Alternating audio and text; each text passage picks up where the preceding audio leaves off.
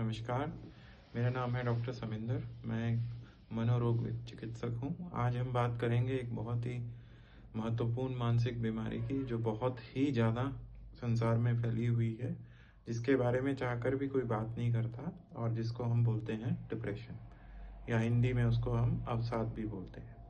अब डिप्रेशन क्या है?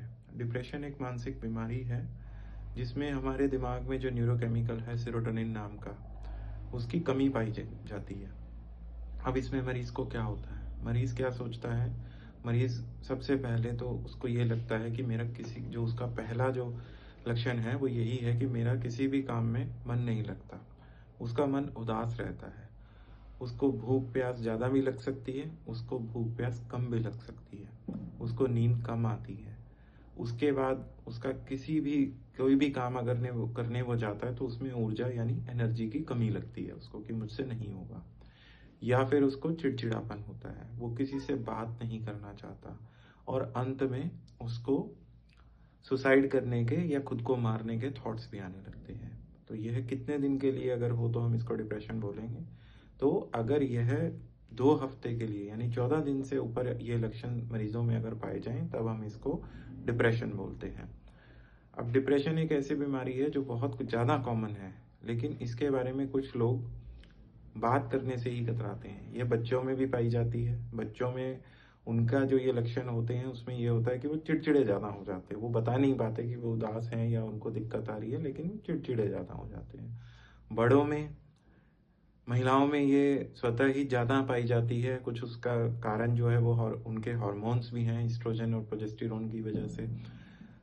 दूसरा जो है, ये जो लोग अकेले रहते हैं उनमें यह बीमारी ज़्यादा पाई जाती है। या किसी को कोई किसी भी तरीके का दबाव है, जिसको हम स्ट्रेसर बोलते हैं। जो मोस्ट कॉमन है, जो सबसे ज़्यादा पाया जाता है, वो है फाइनेंशियल स्ट्रेसर। मतलब कि पैसे की कमी या पैसा ना होना, या किसी का कर्जा बहुत ज़्यादा देना। तीसरा है इसमें किसी का बहुत जो प्यारा है, कोई जो जिसको वो प्यार करता है, उसका अचानक से चले जाना या साथ छूट जाना दुनिया में।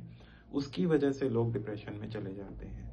या किसी का कोई अपना, वो उसको तंग कर रहा है किसी भी तरीके से, उसको एक्सप्लॉइट कर रहा है, तब उसकी वजह से भी वो पेशेंट जो है वो डिप्रेशन में जा सकता है। अब ये जो मैंने आपको लक्षण बताए हैं, ये 14 दिन के लिए होने चाहिए। उसके बाद अब क्या इसमें हमारा क्या रोल बनता है?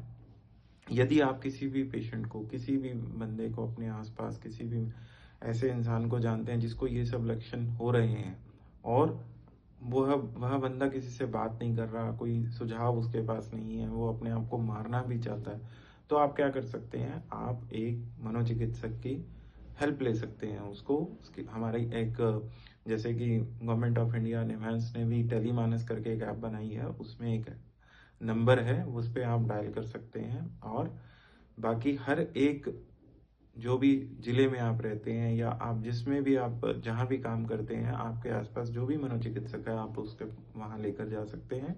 क्योंकि याद रखिए, इसमें जितनी जल्दी आप मरीज को उसके पास लेकर जाएंगे, उसकी रिकवरी के चांसेस उतने बढ़ जाते हैं और किसी की जान बच सकती है। तो इसमें सबसे पहले क्या करना है? सबसे पहले तो आपको इन लक्षणों का ज्ञान होना चाहिए। आपको पता होना चाहिए कि अगर हाँ, ये लक्षण आ रहे हैं तो मरीज को डिप्रेशन है। तो आप, वह मरीज वह स्वयं आ सकता है मनोचिकित्सक के पास और अपना इलाज करवा सकता है। डिप्रेशन जो है बहुत ज़्यादा कॉमन है। हर एक, मान लीजिए अगर आपको कोई और बड़ी बीमारी है, जैसे स्ट्रोक हो गया किसी को, या किसी को पार्किंसंस की बीमारी हो गई, या किसी को डिमेंशिया हो गया, तो उसमें भी डिप्रेशन बहुत ज़्यादा कॉमन है। किसी को गठिए की बीमारी है, रूमेटॉइड आर्थराइटिस हो गया, किसी को कैंसर हो गया, जो लाइलाज बीमारी है, लेकिन आजकल उसके भी सब इलाज हैं, लेकिन फिर भी वो मरीजों को डिप्रेशन हो जाता है। तो इसीलिए उनका इलाज हम लोग करते हैं, मानसिक रोग विशेषज्ञ करते हैं।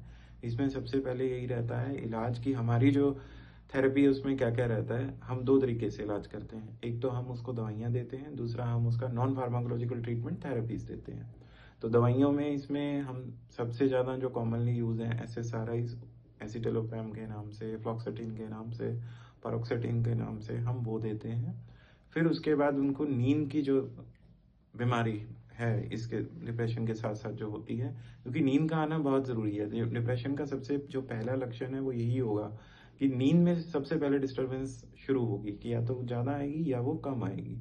तो फिर हम उसके हिसाब से कि पेशेंट की नींद कैसी है, उसके हिसाब से उसको दवाइयाँ देते हैं, जिसमें हम क्लोनाज़ेपाम, एटिज़ोलाम ये सब दवाइयाँ हम कुछ टाइम के लिए उसको देते हैं और फिर टेपर ऑफ करके बंद कर देते हैं। फिर अगर उसको कुछ और थेरेपी चाहिए, नॉन फार्माकोलॉजिकल ट्रीटमेंट चाहिए, तो वो हम देते हैं उसको, हम बाकायदा उसको कई बार जैसे अभी सर्दियों का मौसम है तो हम उसको बोलते हैं कि 15 मिनट का धूप का एक्सपोजर उसको देना है, जिससे सनलाइट से डिप्रेशन जो है वो दूर भागता है, क्योंकि सनलाइट से सेरोटोनिन का लेवल जो है वो बॉडी में अच्छा हो जाता है। दूसरा, हम उसको बोलते हैं कि तीनों टाइम आपको खाना खाना है। खाना इसमें भूख चाहे आपको कम लगे चाहे ज़्यादा लगे, लेकिन हम उसको मोटिवेट करके खाने के लिए बोलते हैं। तीसरा और सबसे इम्पोर्टेंट जो बात है, इन मरीजों को आपने कभी भी अकेला नहीं छोड़ना है। अगर वो अकेले होंगे, वो अकेलापन और महसूस करेंगे और हो सकता है वो उनको जीवन की आशा जो है, उम्मीद जो है वो ख़त्म हो जाए और वो अपने आप को सुसाइड की तरफ लेकर जाएँ, जो कि अपने आप में ही एक साइकियाट्रिक इमरजेंसी है, उसको भी हमें डील करना होता है। तो आइए हम मिलजुल कर इस डिप्रेशन को दूर भगाएँ, मनोचिकित्सक का सहारा लें, दवाइयों का थोड़ा सहारा लें, थोड़ी थेरेपीज़ का सहारा लें और डिप्रेशन से अपने आप को भी बचाएँ, दूसरों को भी बचाएँ, ताकि दूसरों की ज़िंदगी हम अच्छी कर पाएँ और उनको एक अच्छा सुखद एनवायरनमेंट, सुखद स्वास्थ्य मेंटल हेल्थ हम उनको दे पाएँ। धन्यवाद। Thank you very much.